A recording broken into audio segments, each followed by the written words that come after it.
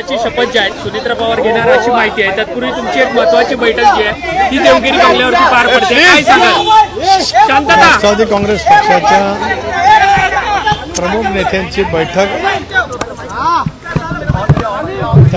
पार पडली। 2 वाजता विधिमंडळ राष्ट्रवादी काँग्रेस पक्षाची बैठक होईल। त्यामध्ये जी औपचारिकता आहे ती त्या ठिकाणी पार पाडली जाईल।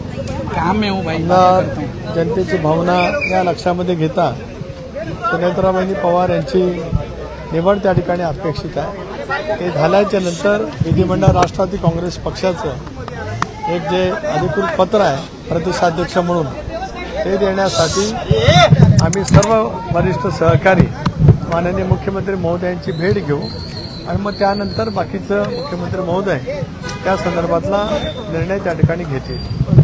एक बात, राष्ट्रवादी काँग्रेस पक्षाच्या वतीने आमचे नेते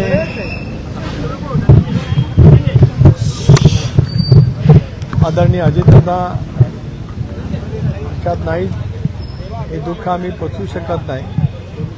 त्यांचा अस्थि कलश संबंध महाराष्ट्रातल्या प्रत्येक तालुक्यात खेड्यापाड्यामध्ये हा सुद्धा आम्ही नजीकच्या कालावधीमध्ये देणार आहोत।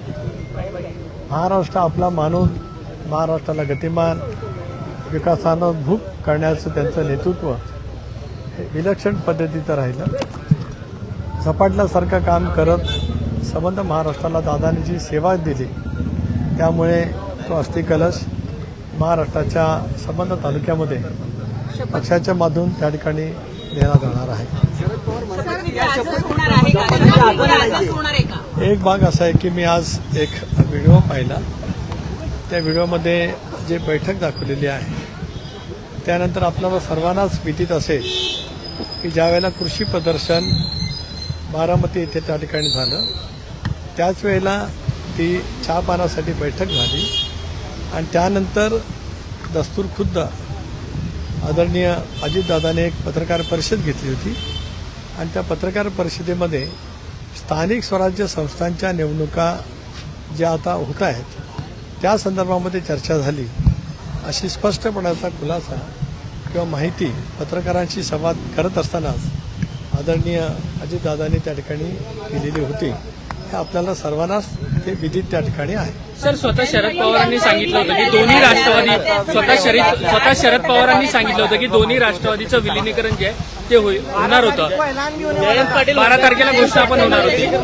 पूर्ण कल्पना होती। एक भाग असा आहे की त्या दिवशी जी चर्चा झाली त्याच्याबद्दलची स्वतः माहिती आदरणीय अजितदादांनी त्या ठिकाणी पत्रकार परिषद घेऊन बारामतीमध्ये त्या ठिकाणी दिलेली आहे। आज हे सगळं झाल्याच्या नंतर सविस्तरपणाने आम्ही या बाबतीमध्ये आपल्याशी बोलू।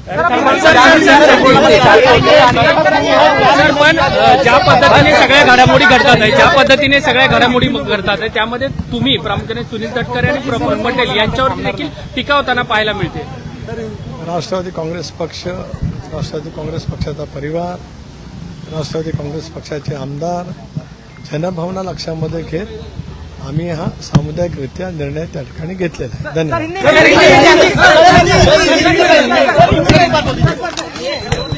मटा